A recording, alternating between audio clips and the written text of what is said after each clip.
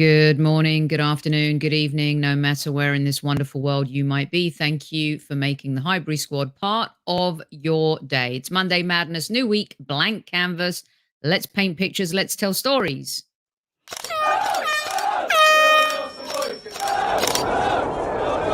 Mind the gap between the train and the platform. Please stand clear of the discussion doors.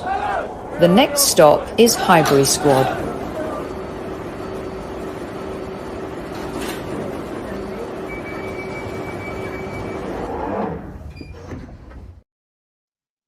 Good hellos to everyone around the globe, no matter where in the world you might be. We are back. It's Monday, and joining me once again is the legend, the icon, Super Kev, my podcast brother from another mother, Kevin Campbell.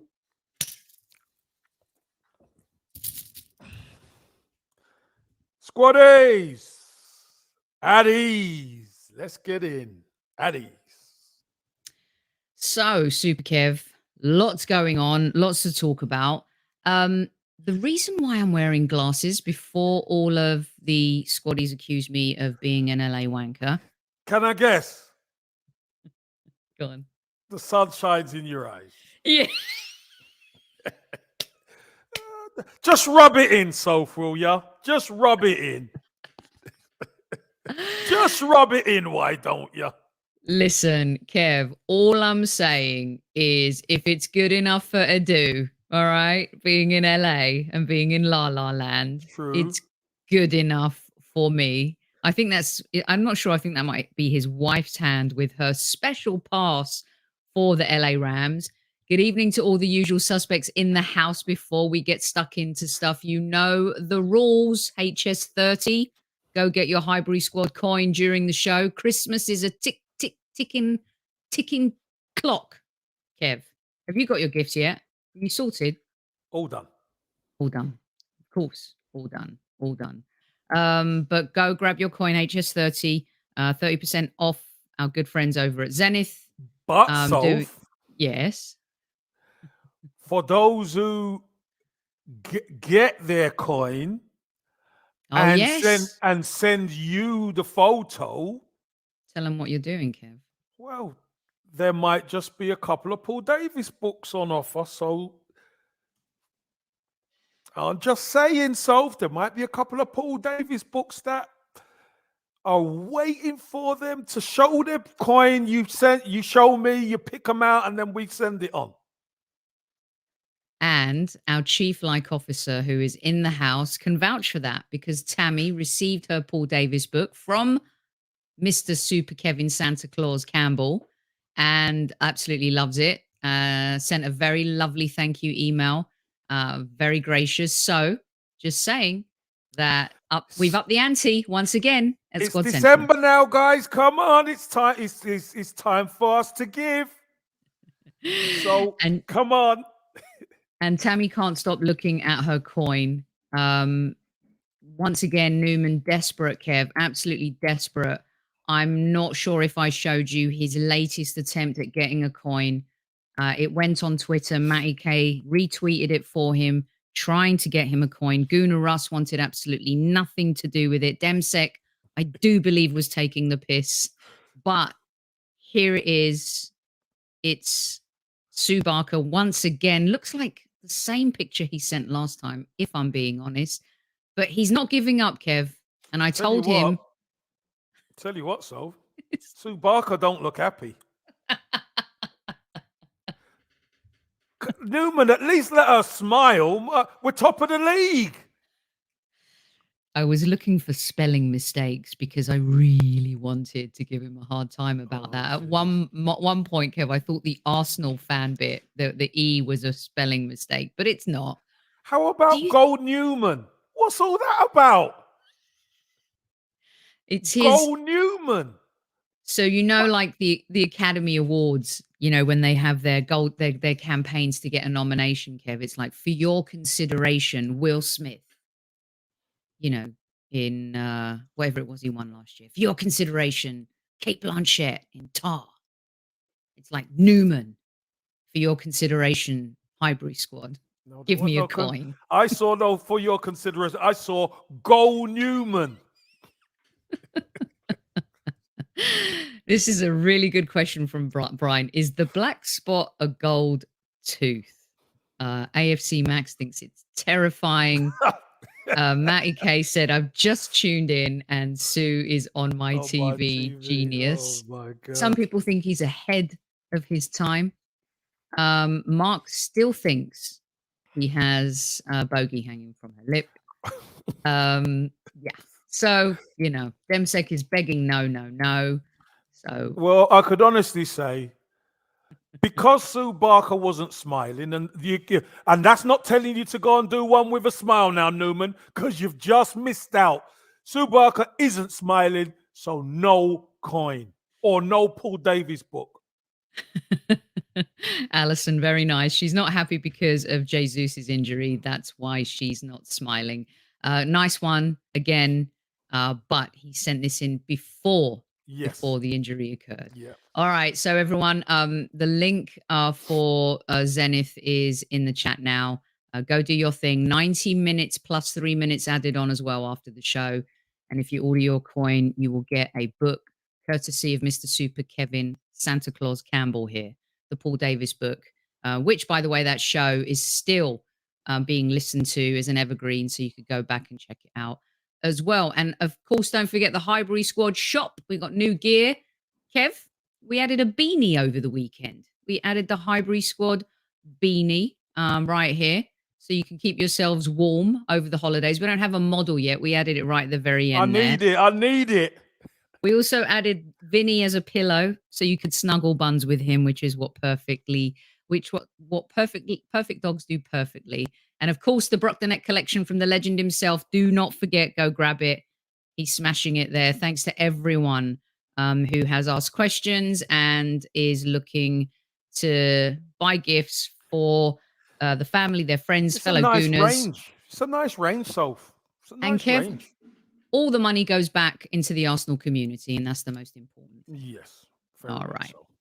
Okay, good stuff, everyone. We're 7 minutes in. It's time to talk about the big news. Kevin and I have had this conversation before the World Cup. The one wish we all had was that all of our players would go, enjoy, have a great experience, success, in whatever capacity that would be, and come back to us injury-free. And of course, football just does not work that way. And if there is one player none of us wanted injured, we didn't want any of them injured, to be honest with you. But this one for sure is a bit of a conundrum. Jesus comes back, he's injured, seeing a specialist, I believe, today. We do not know the extent and if he's going to need surgery. I don't think we'll find that out until tomorrow, Kev. Of course, cue the meltdowns and the moment. Firstly, as a player, take me beyond those white lines. You're at a tournament, you're playing for your country, you're playing for your club at a major tournament, or you're in a FA Cup final or a big game, and injury the psyche of the player, how disappointing that is, Kev. Forget the other stuff. We're going to get to that. Well, here's the crazy thing, Soph. When everything's going really well, like it has been doing for Gabriel Jesus, sometimes a fall is coming very quickly. Solely because at Arsenal he's playing every week. Whereas for Brazil, maybe he's trying too hard. He's not in the team, so he's coming off the bench. And he's trying a bit too hard, etc. Sometimes you can't just put your finger on one thing. So, unfortunately for us, he's picked up an injury that's going to knock him out of the World Cup. And as they say it's what, 6 to 8 weeks potentially, could be 12. So we're really biting our nails on this scan results, aren't we? This is a very difficult one. For Jesus, obviously, it's very difficult because what a season he's having, even without being prolific, he's making us so much better. And what is this going to do for our squad? This is going to put a lot of pressure on Eddie. And I'm sure we're coming to that. We are, Kev. We're coming but to that. He will be devastated because there is no better thing to do for Gabriel Jesus than to keep Arsenal where they are at the top. There's nothing better, especially leaving Man City. His job was to buck the trend. If he comes in and you can make a real difference, look at us, 5 points clear at the top, so. But this is obviously going to test us now, and it's going to test our mentality and our recruitment. If they really believe in Eddie, we're going to find out.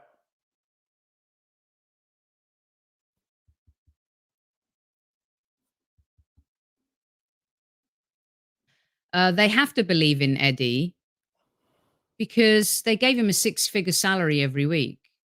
You don't give someone a 6-figure salary every week if you don't believe that he can do a job.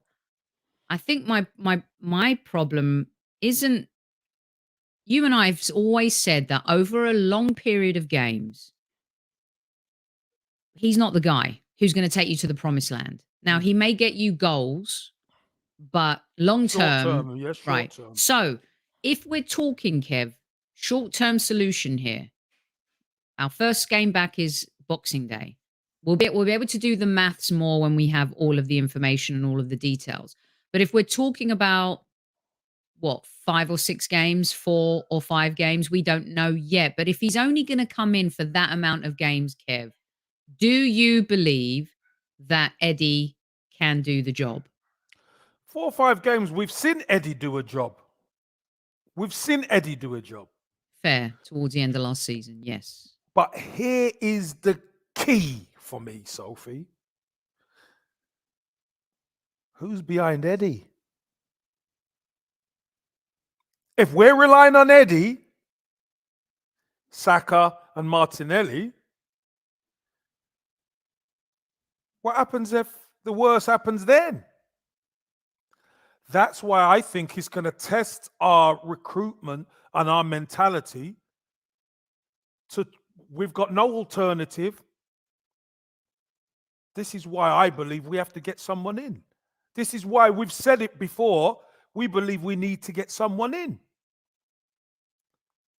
Someone with experience who, listen, let's say Eddie doesn't do it.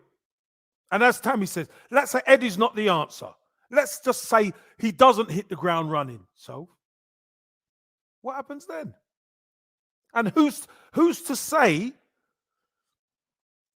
this knee issue doesn't go on for Jesus a little bit longer?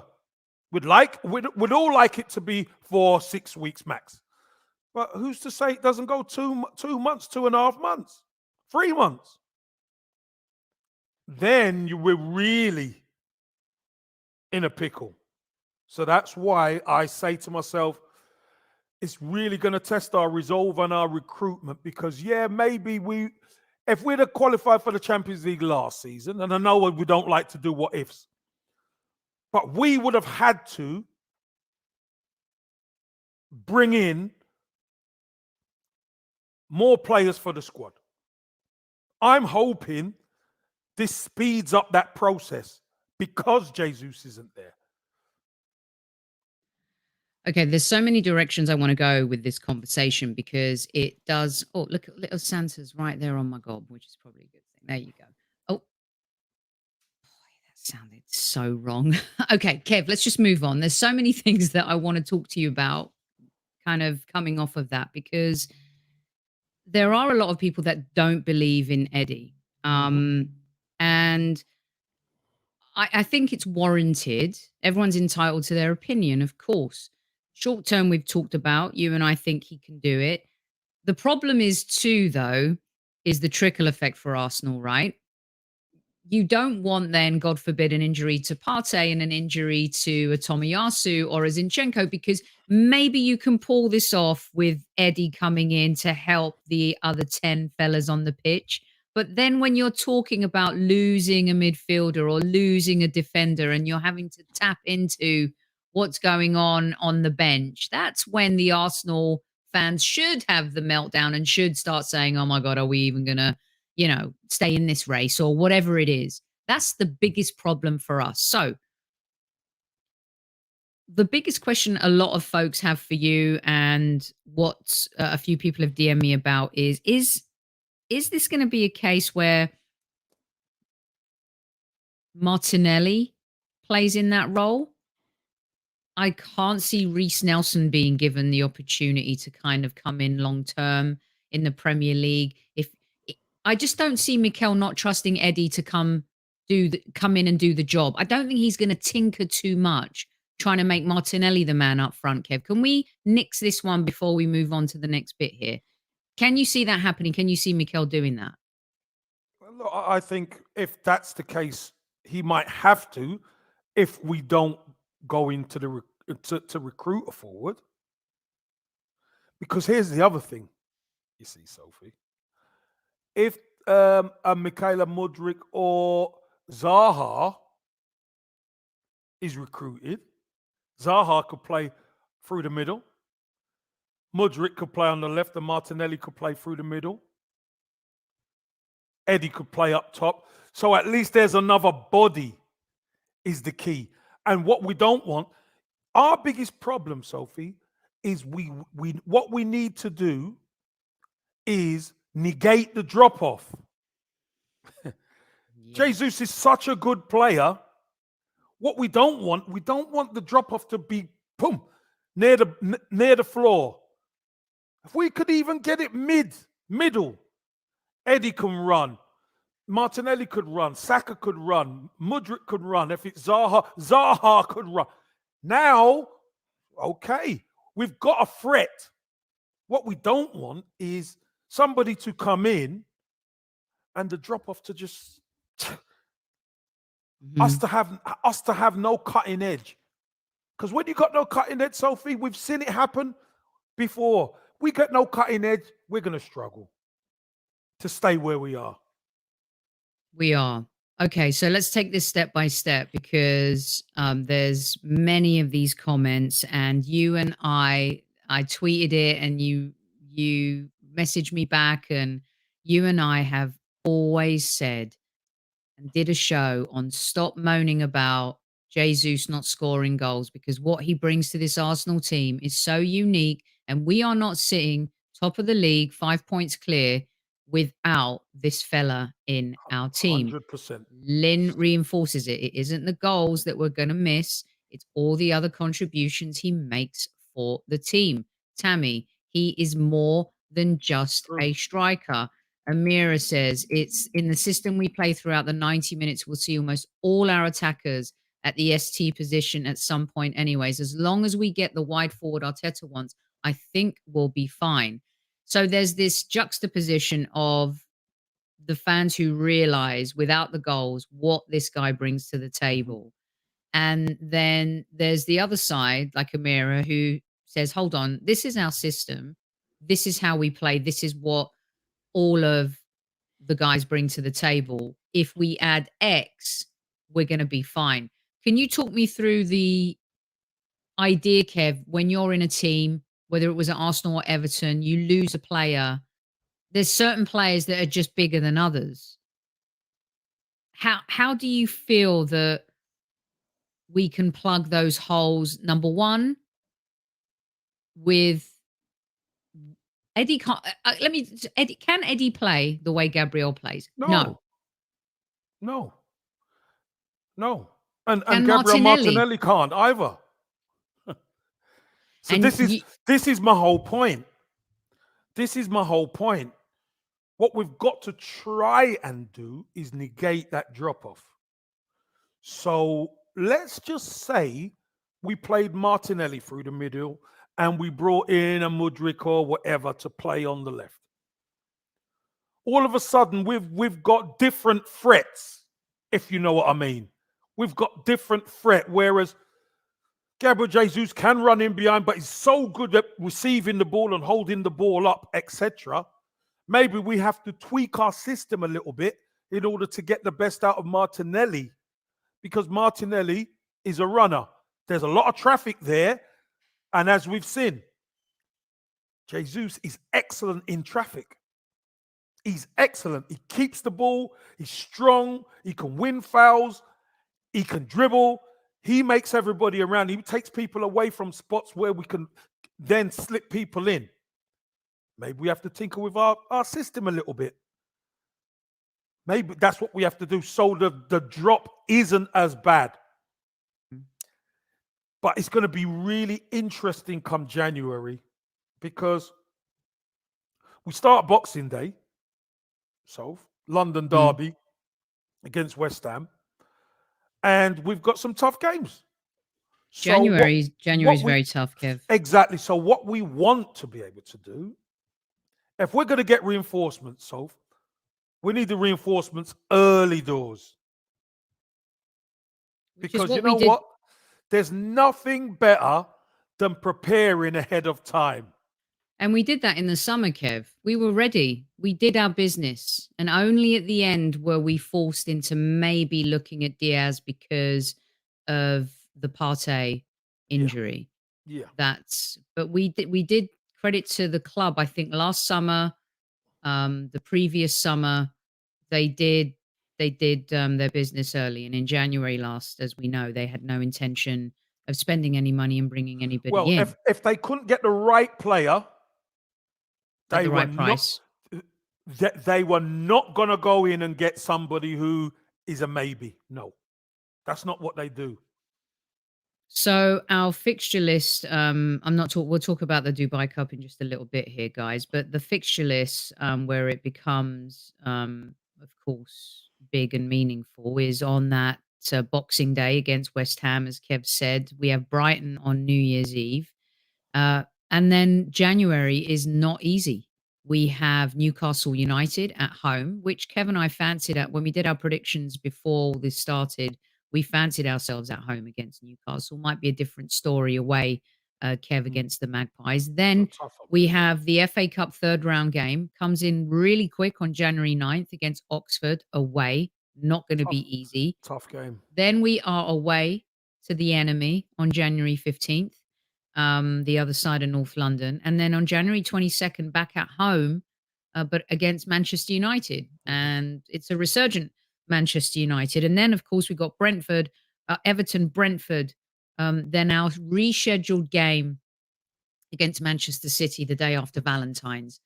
Super Kev, let's hope it's not a Valentine's Day massacre. So there are tough fixtures coming up. But what I wanted to touch on with you is I understand fans having a panic over this one, but I don't think that we should panic yet. Okay. Number one, the January transfer window hasn't even opened yet. Number two, I think seeing images, I don't care what anyone else says, right? But when I see images of these guys, oh, by the way, Seesaw gets the picture of the year. Have we signed Cecil? Have we signed Cecil, by the way? Talk about being in the right place at the right time. I mean, I'm in LA. I didn't get the memo. They look like they're at Craig's here, if I may add myself. You've got you've got Mr. Stan Kroenke. You have Cecil from AFTV, who just happened to be in the right place at the right time. You've got Mikel. And it's a nice picture, actually. Yeah, it's a really nice. Good picture. So, Kev, am I to believe this probably, considering the Kroenke's calendar, is a planned trip? Yeah. You've got the World Cup break. They're going to come out. They're going to talk. It seems like there's going to be at least 2 annual trips for Mikel Arteta in particular to come to Los Angeles to visit with the Kroenkes. Edu, I'm sure, meets and talks to them a lot more often. But when you see that picture and you see them, talk about another perfect timing in that the injuries happened. Edu and Mikel have much more intelligence than we do on what is the real situation regarding Jesus. Is there any chance, Kev, that this team, this particular group of executives, owners, and the manager change course and go get a striker, regardless of the Mudryk thing, regardless of Tielemans, regardless of all the other positions that they identified? Can you see it happening? Yes, I can. What has to, the conversation that has to happen, so, is look where we are. And if we had more firepower, we would be in a lot better position if we had more firepower. We're nearly perfect, Soph. We drew one and we drew one and we lost one. We could be almost perfect. Almost. And we've got 2 games against Man City and we're going to need firepower. I think what you do, Mikel and Edu, you speak to the owners about the position. You name your names, who you want to get. And you say, look, if we're going to be speaking to these clubs about trying to get these players, I need to know you're backing me or backing us to get them. That's the conversation. They all seem to be quite happy. I mean, if you can't be happy being 5 points clear at the top, Soph, something's wrong. But I think every Arsenal fan will agree we want to future-proof this team and make sure this team has the best opportunity ever to move forward in a big way. And that's going to be recruitment in Jan. Yeah, and I also think at some point, if you're evolving as a team and a culture, and you really have the ambition to win the Premier League, you do not let this window pass you by without nailing players down. You just don't. And you and I talked about having the alternative guy up front. We wanted, whether it was a Tammy, whether it was someone who had that aerial threat, maybe not someone who will play every game, in the mold of a Mitrovic who can come on and give the team a plan B, somebody who offers a little something. It's really hard to take Jesus out of the side when, yes, he's not scoring goals, but he's offering so much to the team where he's almost man of the match every single time that he plays. And I think that's the toughest part for Arsenal fans is, yes, he wasn't scoring goals, but all of this other great stuff that he's doing. But Kev, we've got to show the ambition. Yeah. And I think that's when Arsenal fans, once week 1 goes, once week 2 goes, I just think if it gets to week 3 and there's nothing really much happening, it kind of becomes a mirror of last January. And that's when the panic and the meltdown is really going to ensue and kick in with the fans. So big time. It will be more than a meltdown this year. Let's be brutally honest, especially if the games don't go right.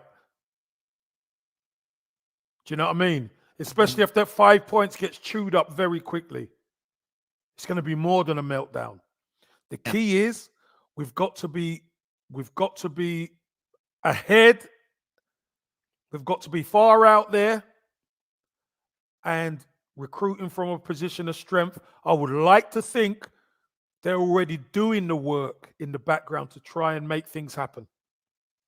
That's what I would like to think. And Kev, I think one of the other things we still need to consider is that they're potentially, financial experts are predicting a world recession next year. That might have started hitting some countries already, bigger than others. I don't think fans want to hear that clubs are recovering from the pandemic anymore. I don't think they want to hear about financial problems when everyone has spent so much money in the summer. You're giving, players like Eddie 6 figures a week. You're asking fans to pay more. You've all just gone off to a World Cup that is laden with money and no one had any care or consideration for anything other than the green. So, Kev, why is it when fans demand a club to spend money, Arsenal fans want the club to go for it this January, I do not want to hear the club moan about finances. I saw that there was 42 million of losses. I don't know how over a period of what time. I think Gunner Blog wrote a piece for The Athletic on that. You can go and read it. I haven't had a chance to read it, just saw the headline, but going to get stuck into that because we're going to do a show on the financial side a little bit later on this week with this news that has come into play over the last couple of days, Kev. But fans don't want to hear that. Fans want to win. Yeah, of course they do, Soph. And we're all in the same boat, aren't we? We're all in the same boat. But it's a business at the end of the day. Whether fans want to hear it or not, it's a business. And it has to be run as a business. What we need to do, we need to be able to invest at the right times. And it's the right time now, Soph. It is the right time now. We're top of the league, not like last season, where we were just so desperate to, secure the top 4. We're top of the league by 5 points. We're ahead. If we could strengthen now in the right way, it's a race. And we play Man City twice. What an opportunity we've got. And I know people say, but you haven't done it for such a long time. Who cares? We're here on merit. So, in a sense, yeah, it has to be run as a business, but we also have to recognize where we are, Soph, and the opportunity that's there. So is this the time where fans... Oh, is this the time where Kroenke really wins the fans over and says, you know what, I'm going to write a couple checks. Who do you want? Madrid? You can have him. Who do you want? Gakpo? You can have him. Who else do you want? Zaha? You can have him. I mean, those 3 players, Tielemans, you can have him. That's a transfer window, Kev. That's a Galactico transfer window. If you were to do that, you want to win the league? Write the checks, mister. Of course. Well, here's the thing, Soph. No Arsenal fan could moan if 3 of those players came in. Mm-hmm. No Arsenal fan could moan that we sat on our hands. We're showing that we want to win. Now, after that, the rest is up to Mikel and the team to gel and push forward. But what an opportunity we've got, Sophie. We cannot let it pass us. I agree. And I think this is the time for the owners to really just say, we're going for it. Because let me tell you something. The Rams aren't doing it this year. No. It's one of those typical They've done NFL. They've done it, yeah. Yeah. They're nosedive this season. And the coach is going to get a pass. He's not going anywhere. They're just going to rebuild and they'll be back next year. So whatever it was they saw at SoFi Stadium yesterday, it was very much maybe like going to a game when Mikel Arteta first inherited the team. It's probably like going to Brentford away. Maybe. That was his second season, by the way, I know. So it seems like now's the time and to capitalize on the situation. So let's talk a little bit then, Kev, about how do we as a team deal with the injury of a major player who isn't going to be in the dressing room for every single game? He might be. Can you take me through beyond the lines into the dressing room here? Because a lot of the times I see players who are injured, they stay at home, they've got their leg up, depending on the injury, they'll be with the team or not. Of course, if you've got an injury that's going to affect you traveling, you don't do that. But his influence has been so vast, like Lynn said, like Tammy said, like so many of our listeners. It's not just what he does, with his play on and off the ball, but his infectious personality, what he's brought to the dressing room, Kev, the winning mentality, all of it. How do you cope with not having that around you every single day in training, at games? The mentality has to be right, and you have to win. That's the ultimate respect to that player who's not involved. You keep things ticking over. Do you remember in 1990-91 season where Tony Adams wasn't with us? What did the team do? The team stuck together and the team pushed on. These are the important parts Everybody sticks together, the fans, the team, and you get over the line. You keep winning,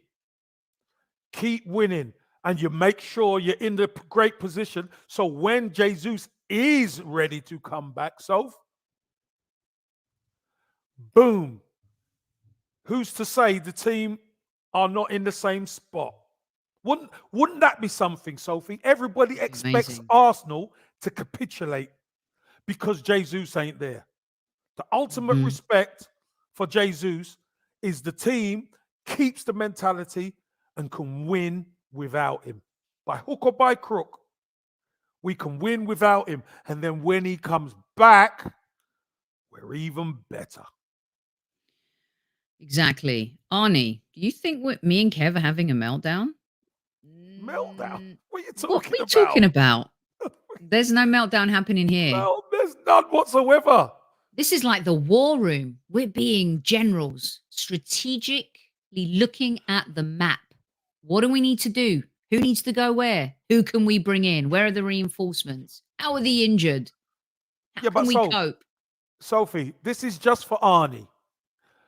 If Jesus wasn't injured, we'd still be having this conversation about who we bring in, wouldn't we? Correct. The mundo. So the fact Jesus is injured doesn't stop the same conversation happening. Especially on this channel, because we have been calling out for another striker, regardless of Eddie. Seriously. And Kev, it is no time to recall Balogun and put that on his shoulders. Can No. we please nip this in the bud immediately? Why would we do that? Do you know, someone just put in there Ivan Toney, right? If you could make that happen, that would be a very good signing. Because, as you know, somebody who could hold it up, and that's been our problem a lot of the time. If Jesus isn't there, we need somebody to be able to hold it up. We need a physical presence up there. Somebody who could score goals. That wouldn't be a bad shout. And I'm not negating Eddie. Eddie can do it for short term. But over the long period, and listen, I've said it before. I'd love Eddie to prove me wrong, Soph. I would love it. He proved me wrong. I'd say, oh, my hand up, Eddie. Top class. But I still think we need a little bit more. I still think we do. I agree. And look, I was at the game towards the end of the season, Kev, where we beat West Ham away. Yeah. And he played really And well, Eddie. he played really well, and he can play like that. And you know, he holds the ball up really well. The only thing over a period of 90 minutes plus, he's not as engaged in the game as Jesus. Physical prep, no, because he's not physically as strong. And I don't know if you saw it was an written interview. Jack Grealish and Saka had been talking about Jesus. And they were talking about how good he is. Jack Grealish was saying he's unbelievable. And Saka was saying, listen, you know, the guy's amazing. It's hard to replace that, Soph. It is. You know, it's hard to replace it. We're going to lose some bits, but as I said, we don't want the drop-off to be down. Whew. We want the drop-off to come here. But if it's here, we still can win. Right. If it's here, we still can win. And that's where we need to be. If it drops down there, we're struggling. If it's here, we still can win because all of our other parts are good. And maybe we can make signings that make the other parts better. Right. So, because we have Smith Rose coming back from injury and he's going to help. Like I've seen a few people talk about, oh, but is he did it? We've seen him. We know he can do it. We know he can do it coming off the bench. He's got the talent. We're going to need his body. We're going to need him. We're going to need Kieran Tierney. We're going to need all of these players. But we were always 1 or 2 injuries away from potential disaster. And well, the two players. Right. But Kev. 2 main players, Soph. Was Partey, always Partey and 3. Jesus. And Saliba. Well, Ben White can play there, if you know what I mean. Yeah, okay. I'm not saying Ben White is Saliba, but Ben White could do a job there. We've seen him and Gabriel play together. They're good They together. are good, Kev, but in terms of like that nucleus and that spine this season that has given this team a different edge and a different kind of, I don't know, mental level is that Saliba, The Partey, spine. Jesus. Yeah, but again, Soph, I think if Gabriel goes out, that is worse Well, you because lose the beast. he's the aggressor. Ben White is a good player, but he's not the aggressor like Gabriel. Saliba is not the aggressor like Gabriel. You always need one who's going to go in after people, who's going to put the physical body on them. Yeah, he might make mistakes, but you know what? He's got to get after people, Soph. That's what he's got to do. He makes us mean. Yeah, he does. He's kind of like that. It's like the at the back sandwich for Arsenal. You've got a nice layer of healthy bread with Saliba. You've got a nice other little layer there with Ben White. You know, it's going to nourish you quite nice. And then in the middle, you want to be a little bit naughty, so you go for the fiery stuff. Got a Fiery little hot stuff sauce. with plenty of mayo, right? Mhm. Chili mayo, all in the sandwich. Yep. Chili mayo, all in your sandwich. That's what Gabriel brings. And I know he's Gabriel is much chili maligned at mayo. times, but I'm telling you, without the aggressor, teams like playing against us then, Soph. So I come back to you then, Super Kevin Campbell. Hello, Hertzy. Good to see you back in the chat. Welcome. 315 of you in live chat now this fine Monday, December evening, morning, night, wherever you might be in this world. It's your time. Please hit the like button. Smash it, lick it, like it, Do a caress it. Vinny. Do a Vinny. All right. And if you want me to bring Vinny out, I'll bring him out with 20 more likes. How about that?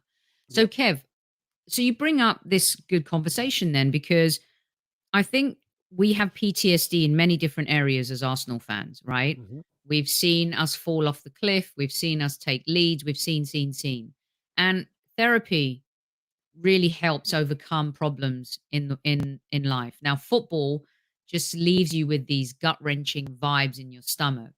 You know, it's like Fergie time. You just knew when Manchester United were going to get a goal, right? There's just certain things in football that you have a vibe or you know about. It's like the new manager bounce. I knew that son of a gun was going to win and beat us his first game in charge. Those things happen. So, do you think it's time for us to start looking at this Arsenal team differently in that the other side of the coin? You just said it. Gabriel, you lose him. Everyone's talking about Saliba, but you're saying, man, you lose Gabriel. That's a massive problem. Are Well, we the type of team, though, Kev, that can cope better? well, let's put it this way. If Gabriel, you take Gabriel out the team, as a centre half, who's the aggressor coming in? If you put Ben White beside Saliba, who's the aggressor, Soph? To really going after people with physicality. Saliba's a very good footballer. He's a reader of the game. He needs to be the clearer upper. He's Yep, not the one sweeper. who's going to, he's not the one who's going to go crashing into people. That's not his game. I think Ben White Benjamin does have a bit, he does have a bit Yeah, of grit, I wanted to bring that to you, yeah. but it's the physicality. Grit is one thing. Grit and physicality against strikers are different. And don't forget, Sophie, we saw last season, there were times where Ben White struggled at times at centre half. Not all the time, because I thought they had quite a good partnership. But that wasn't being the aggressor. That was being the clearer upper. So when he has to be the aggressor, he's kind of taking him out of comfort zone as far as I'm concerned. He can do that at right back. He's got Saliba behind him. But I don't think, me personally, I think Ben White was bought to complement Gabriel at centre half. Saliba's come in effortlessly beside Gabriel because Gabriel's game is different to Saliba's, so he can do that easily. But you take Gabriel out, and all of a sudden it's like, all right, who's the centre half who the striker's going to have to be looking over his shoulder at?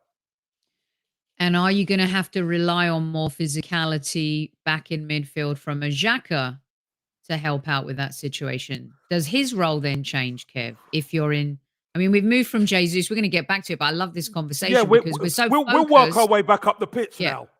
Right. We can say, yeah, can Xhaka protect more? But Sophie, the problem is Xhaka's having the best season at Arsenal. Why? Right.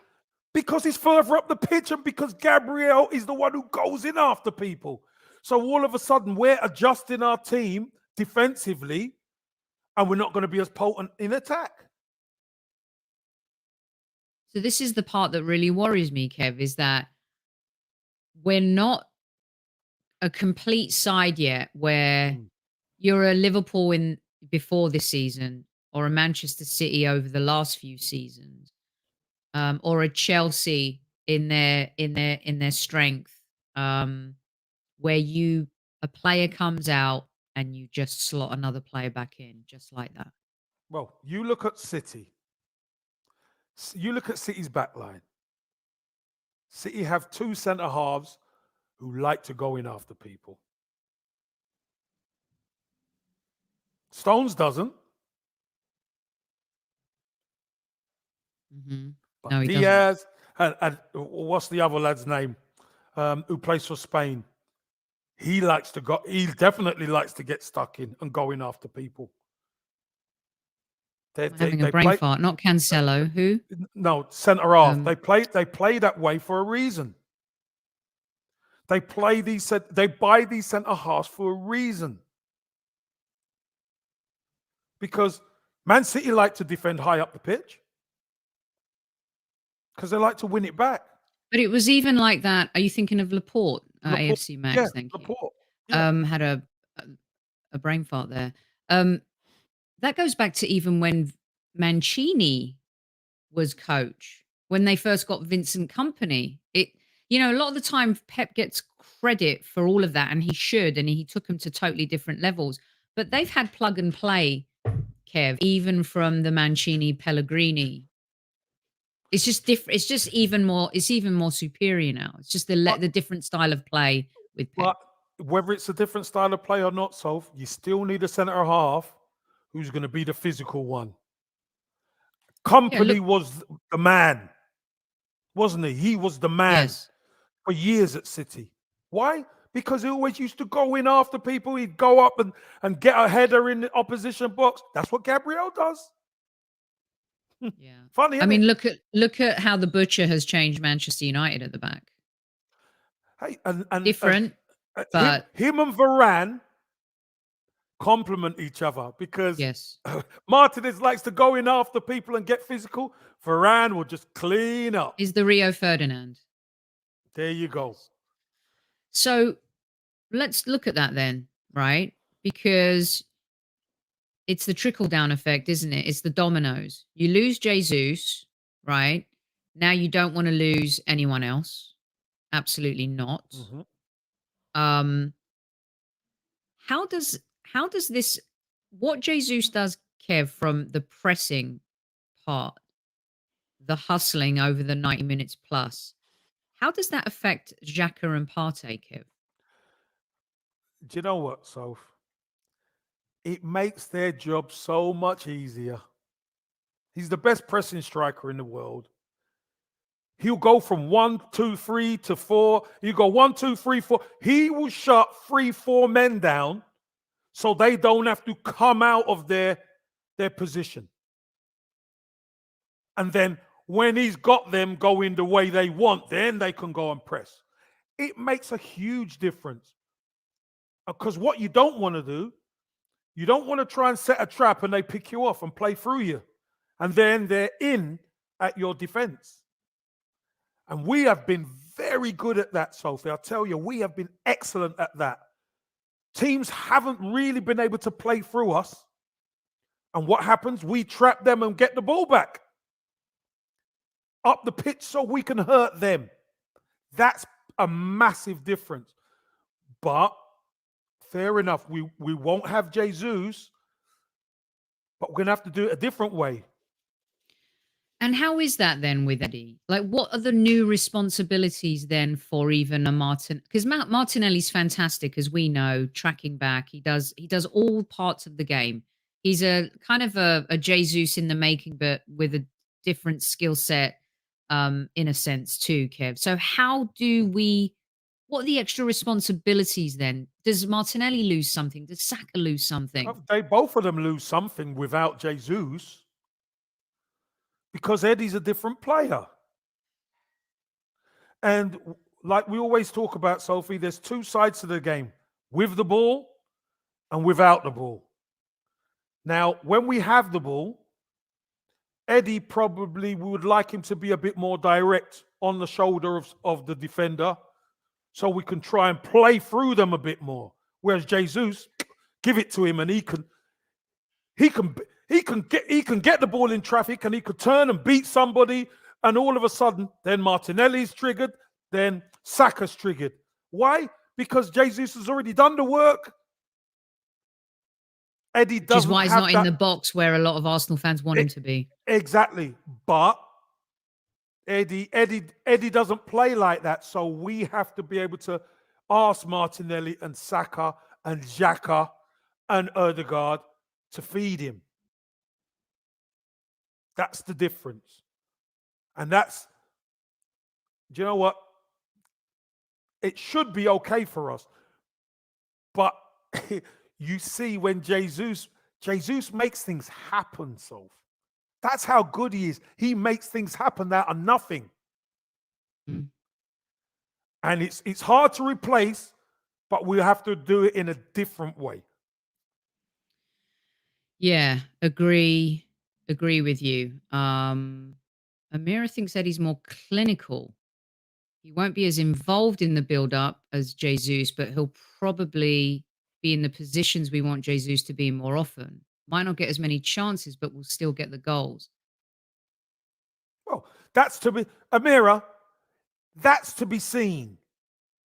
Because here's the difference. If you haven't got a centre forward who could hold the ball up and engage, wear down some of these centre-halves, as a centre-half, play in front of me all day long. Play there all day long. I could physically out-muscle Eddie. So, because you can play in front of me... Not a lie either. No, but because you can play in front of me, that don't mean Eddie's going to get the opportunity.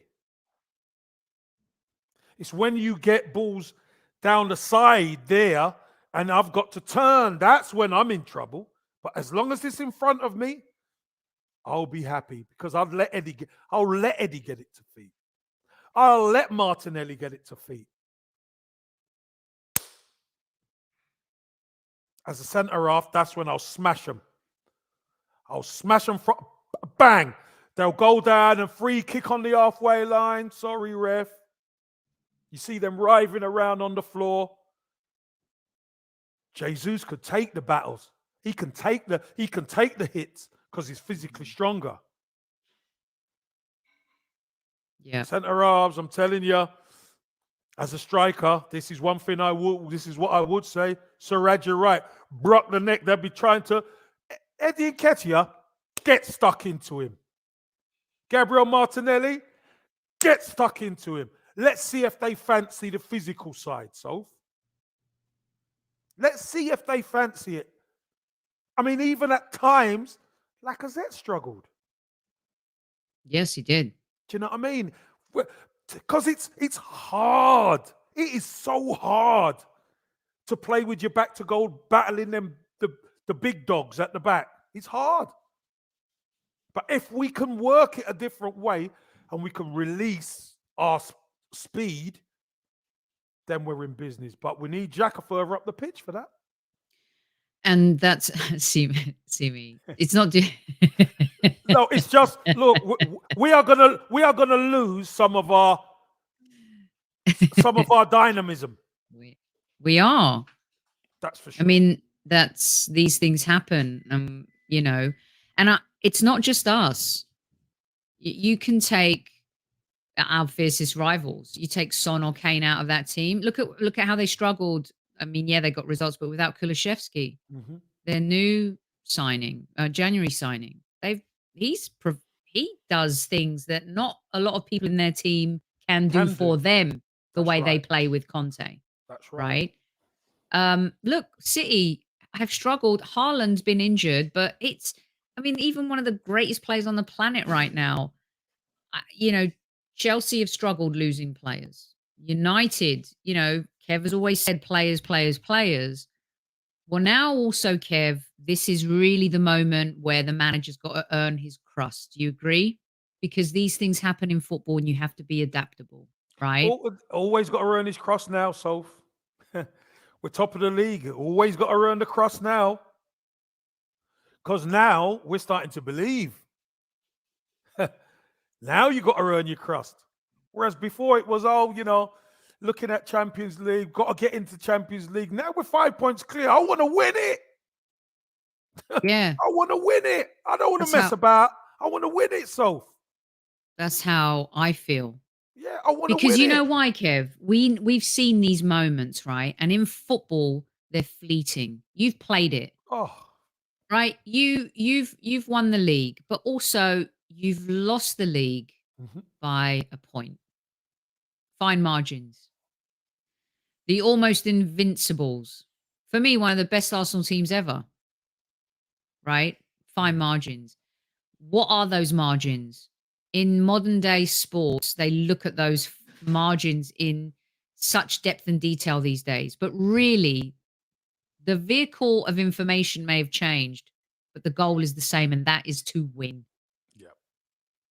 And 100%. And we have the chance to win. Make no mistake. And we need to find out how ambitious this football club is, because the last time we really had the chance to win the league was against Leicester, and that was of our own choking. That was of our own doing. You could argue also that maybe we still then, even Kev says, we're 2-3 players shy of making that happen. But in a time, in a period, Kev, where the Premier League was going through a transitional phase, Leicester capitalised on it in this magical moment. Spurs could have won the league. Thank goodness they didn't. Here we are again. I'm not sure how this league is going to shape up this same way again. I don't think it's going to happen for another 4 or 5 years, Kev, maybe. But with Liverpool playing the way they've played this season, Chelsea being weak, Manchester United still clawing their way back, Tottenham being unpredictable against Conte, City we know are going to be brilliant. Now's the time. This is it. Because I don't think it's going to be as easy next year. Sophie's never going to be.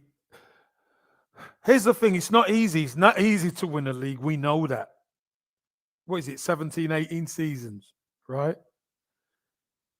When you're sitting at the perch at the top, you're 5 points clear, Soph. You got players at the World Cup, and your star striker goes down injured. Show the ambition. Show the ambition that we want to win it. Show it. And you know what? It may take somebody like a Mudryk coming in to just reignite that fire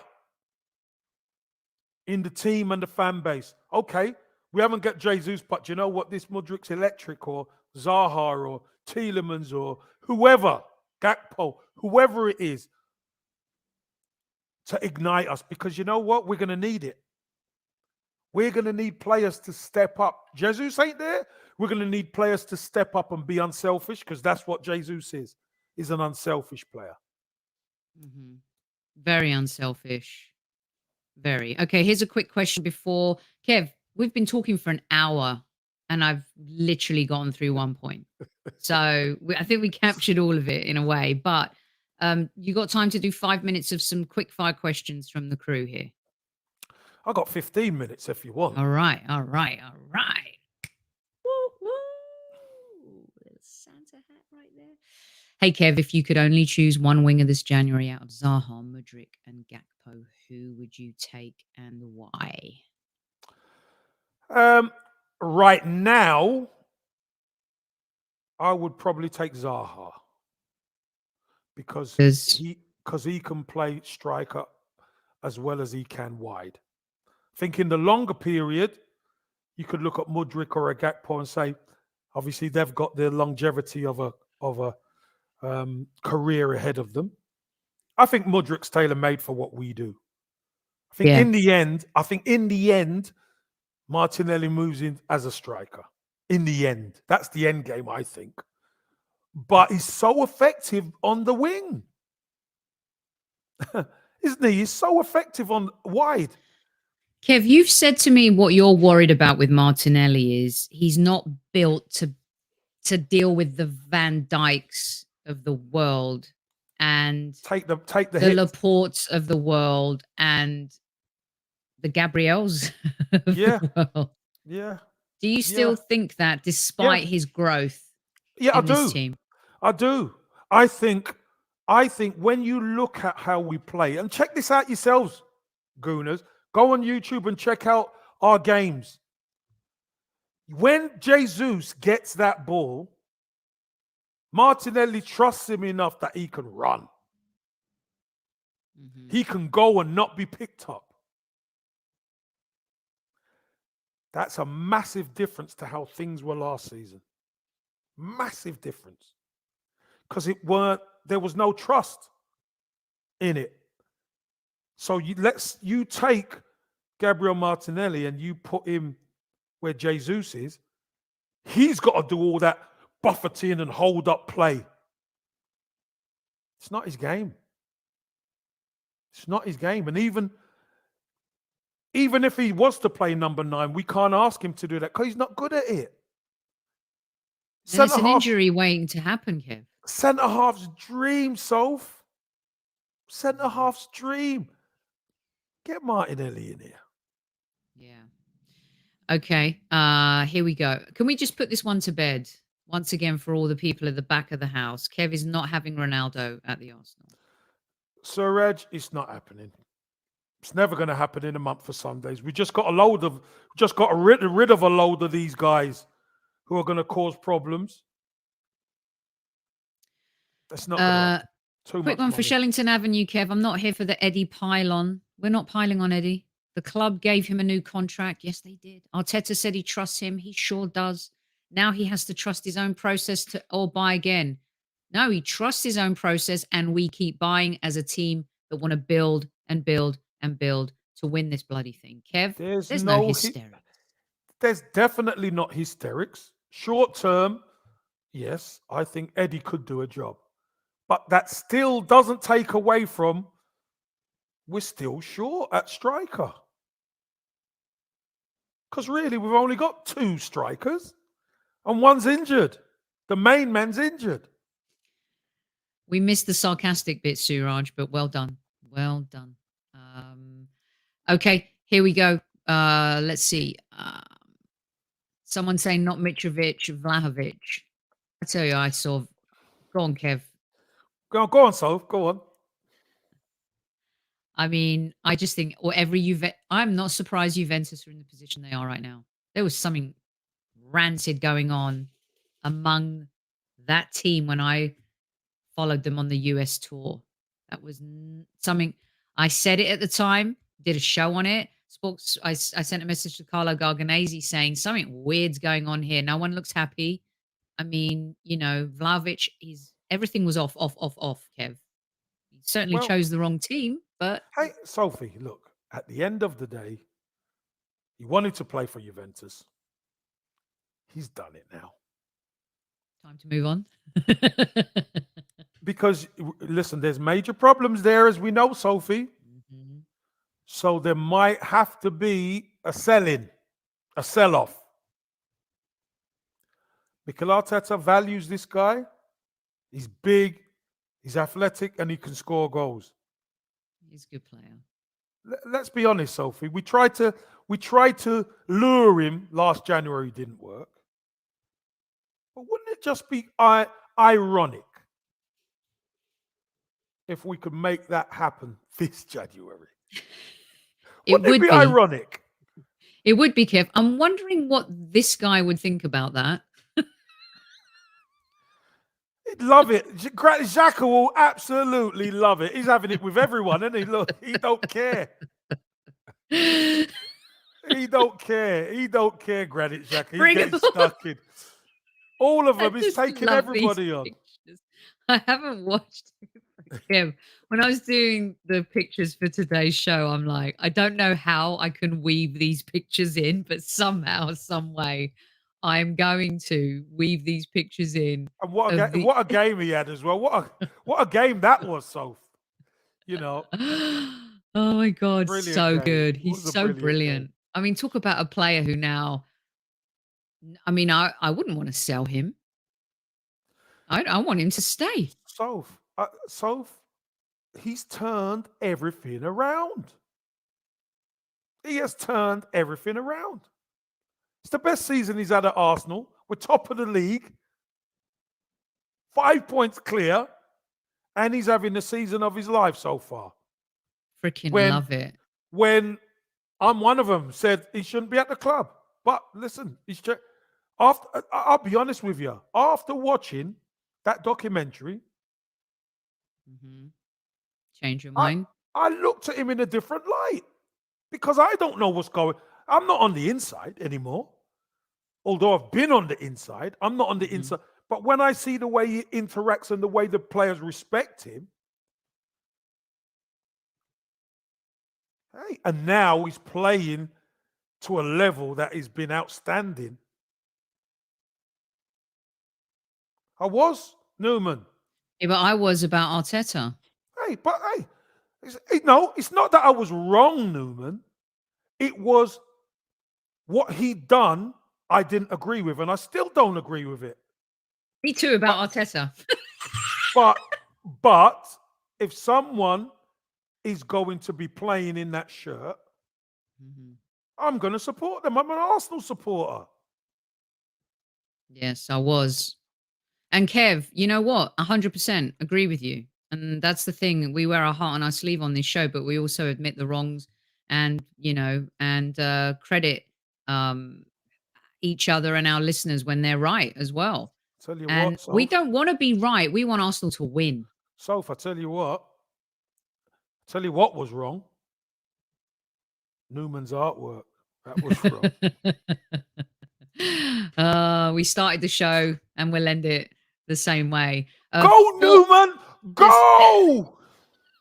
There's 400 in live chat right now. Nobody wants us to leave. So many messages from everyone saying, I'm loving this conversation tonight. Please don't go. We miss you guys. Yeah,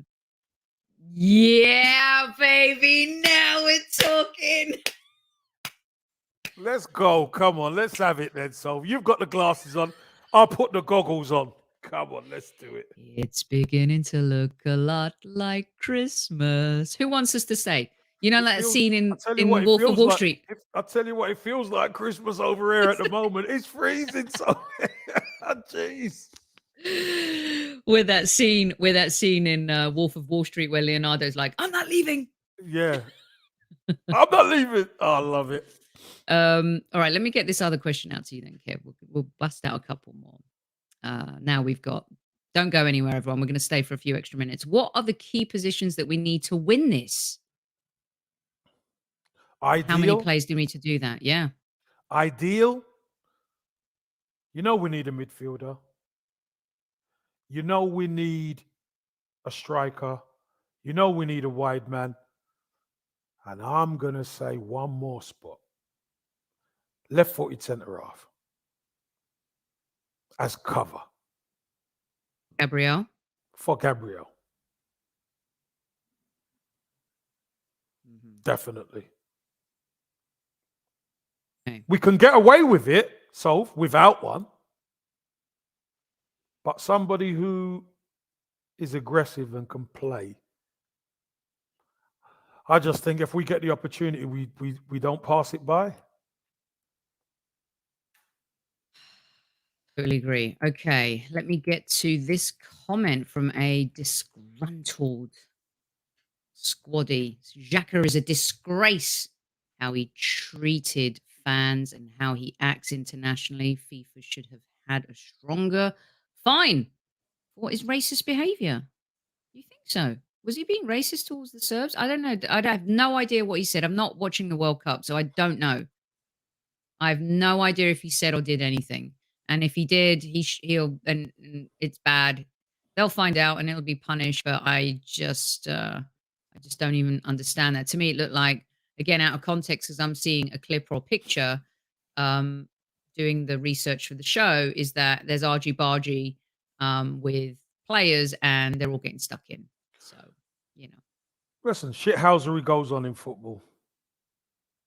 Yeah, and maybe But it's xenophobia, not racist. I have no yeah, idea, but we'll find we, out. we, And we then we'll don't come know. to We don't know yeah, what it is, so I can't comment on stuff I don't know. yeah. I'm sick. Am I watching a poor man's Miami Vice? Dude, you got su Thanks Super a lot, Ke Demsek. That's nice, isn't it? I Hey, mean, come on. I kn listen, that's I'm no lovely. Sonny Crockett, but let me tell you, Hey, this well, dude, hey, he can stand next to Have you Rick. got the Lambo outside, so? Listen, there's just certain things you should never forget, all right? Come on now. Yeah, Don't forget. we had a plane there. We were flying the plane. Right. I mean, just because, there's this pic with this one, never forget this one. Do you see what Hillier did to his eye today? Oh, jeez. Crazy bastard. Trying to chop wood, isn't he? Yeah, God. literally. All the best. Shaft vibes. Yes. Yeah, now you're Love talking. it. Old Yeah. school. Okay. Let's get one more question here. Mark, I think you answered this one. The priorities, they're all priorities, but Kev said if there was one um position to fill and he had to get one out of the players you mentioned, it was Zaha. Hmm. Because of the Premier League experience. Let's see what Boy says. Eddie can't play the way Jesus plays, neither can Martinelli, but Odegaard's role can change in the absence of Jesus. How so, Kev? What do you think Boy's onto here? Well, again, it's about not relying on the centre forward to be able to do the things Jesus can do, because nobody else can do it. But we're going to rely on Odegaard's passing a lot more to release Eddie, because we're going to need Eddie to play on the shoulder. He's got to stretch the pitch that way, so the likes of Saka and Martinelli can get more ball. All right. That's what's got to happen. When it's Jesus, Jesus can be up there and he would deal with everything. He can deal with everything. High, low, he can deal with stuff and he'll beat people. So the wide players can stay wide. But now, the defense is going to be in who's centre forward, right? We can go all the way. Eddie's going to have to stretch the pitch that way so we get the pockets inside. Okay. Let's see. Here we go. Smash the likes. Brilliant show as always. Thank you. Lots of those comments as well. Let's see. Mark, what did you think about Wenger's comments about Germany? Mark, I'm going to address those in another show this week. I was very disappointed and I thought it was unnecessary, to be honest with you. And I think he should keep his mouth shut. I didn't know why he said it, to be honest. He's a FIFA mouthpiece now, and I'll leave it at that. Let's end on this fun one, Kev. Is Die Hard a Christmas movie? It's played at Christmas, but you know what? You can watch Die Hard anytime. You could watch John McClane I'm telling you, you can watch it anytime you want. It's good fun, isn't it? It's good fun. It is good fun. I tell you, one of the joys of my career was when I worked at Nakatomi Plaza. That was a dream come true, to actually be in the Die Hard building. Every day I'd walk towards and I'd be like, I can't believe I work here. This is unbelievable. It's brilliant. Really good stuff. I didn't go to the rooftop though, Kev. No, stay well clear of that. No. Stay well Didn't clear. run into Alan. Having a brain fart again. See, the bad guy in it, the guy. The actor, the British actor. Oh my God, I've lost the source of all my powers today. He's in the Harry Potter movies. Someone save me. It's all right. Don't worry about it. Don't Oh, I worry. worry about stuff like that. If this was a quiz, we'd lose now, Kev. We'd lose. Hey, listen. The season ain't restarted yet, so we could lose this one. But when it matters, Rickman. Is it Alan Rickman? Yeah, thank you. Tim, well done, Tim. Well done. Okay, Kev, do you like my Arsenal hat? Do you remember these were my favorite socks? Any I love the socks, the stripy socks. Do you remember the stripy socks? Yeah. No, of course I don't. So I love them socks, actually. They were nice socks. I love my beanie. I love my stripy beanie. I've had it for years and years. And yeah, Alan Pardew, very funny.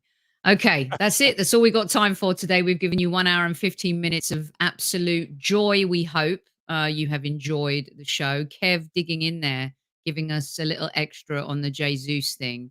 We're going to find out the kind of club we are in January. I always say this on the show, Kev. We're going to find out what kind of club we are in the summer. We're going to find out what kind of club we are. We're going to find out our ambition, aren't we? That's what we're going to do. We're going to find out our ambition, and we're going to find out if we seriously want to win the league. That's what we're going to find out. Because if we don't bring anybody in, we don't want to win it, Soph.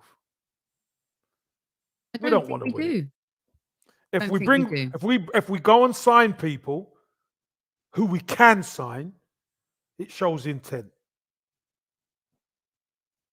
Definitely shows intent. There's a long way to go, and let's be real. Not all of our players are back from the World Cup yet, and let's hope the rest come back. And by the way, I've been thinking a lot about Benjamin White, Kev, and hope whatever's going on in his universe, everything is fine. And we just wanted to send our Highbury squad good vibes out to Benjamin's way. We don't know what's going on, so please let's refrain. Well. Yeah, let's refrain from speculating on that type of stuff as well. Super Kev is honest. He just tells it like it is. No jokes around here, people. Come visit us every Monday and you'll get the real truth from Super Kev. What else do you want everyone to know? Before you do the close for us, Kev, what else do you want the Arsenal universe to know right now with what's happening? They're worried about Benjamin, of course. They're worried about Jesus. Don't worry about Ben. Don't worry about Jesus. Listen, we're going to have Sterling as well, by the way. Yes, I'm glad that he's fine too, by the way, Kev. Sorry, I forgot. Unfortunately, these things have been going on for far too long. And people need protection. People need looking after. And, you know, sometimes you got to look at the players as well. The players have to take a little bit more on board. I know they're concentrating on a World Cup, but, you know, looking after home and wifey and children is just as important because, you know, there are some bad people in this world, Soph. And there's bad people who know where people live and would think nothing of turning people over. Mm-hmm. So, you know, I just hope this is the end of stuff like this and nobody else gets caught up in any unfortunate, you know, nastiness. Because as far as I'm concerned, it's nasty. That's nasty. Real nasty. And, you know, I'm just pleased nobody got hurt. Thank God. You know, I'm pleased nobody got hurt. But got to be vigilant. You know, players have to listen. Wife and kids are so important because you see what happens when that bit of trust gets violated. You know, players end up coming home from a World Cup. It's hard. It's hard to take.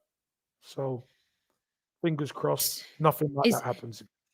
I totally agree. You know, it's really hard being away from your family. And, you know, that's why there's certain professions that get paid a lot more money because of the sacrifice that also has to be made for it. And that also makes you a target and an unnecessary one as well. At the end of the day, we're all humans. And, you know, we all go to the loo. And that's all you need to remember. We all have feelings and families. And I couldn't have said it better myself, Kev. Right, that's it.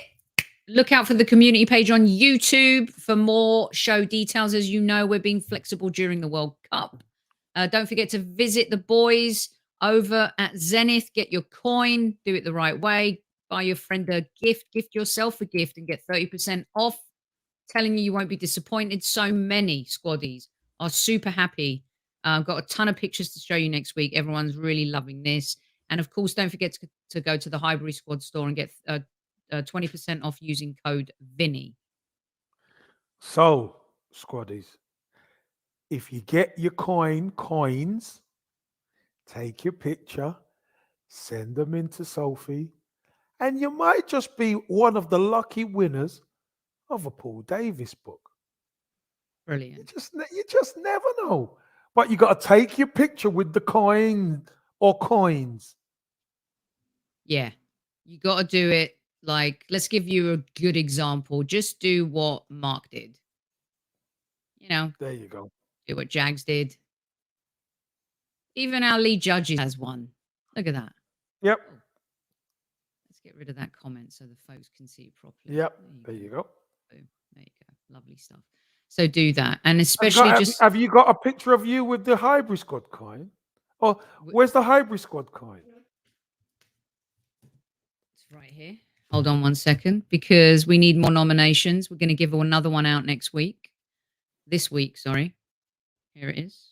Oh, look, I'll tell you what. I think we're giving, listen, I know Arsenal's one is beautiful, but you know what? That Highbury Squad one gives it a run for its money, I tell you. Get rid of this geezer. How about we get rid of this guy? Get out, judges. Go on, get off. Oh, so funny. Let's swap pictures. There you go, right there. Oh, Soph. That's a beauty. Turn it around, Soph.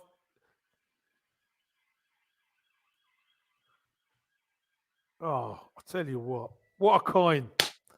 What an absolute coin. Beautiful. It's beautiful.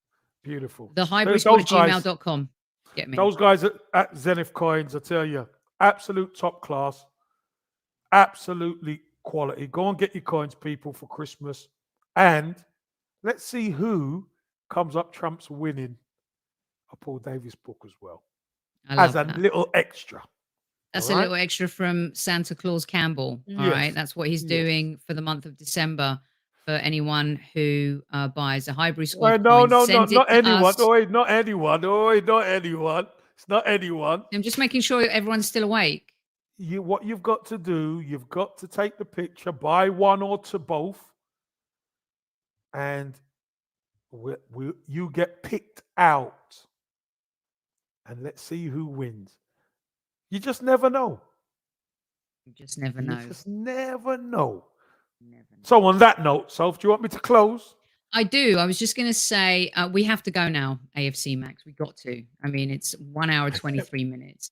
And Matthew Hudson, your coin is on its way over to you. Just wanted to let Matthew know he is going to send his pick when he receives his as well. Matthew is the reason why we have Vinny. And Lone Star, one of our OGs, said you can't leave without giving me a little Vinny fix. So here we go. There's little Vince. Love little Vince. Over to you, Kev. Squaddies, keep telling you, the hostess with the mostest here has done it again. Thanks for joining us. This is a community thing. We love you. We even love you. We even love Newman. Just not his art. All right? So, look after yourselves. Take good care. Be happy. We're still top of the league. And you know what, squaddies? Let's smile about it. Let's worry about what we have to worry about when it comes. And at ease, squaddies. At ease. Santa Campbell's coming to town. Santa Campbell's coming to town.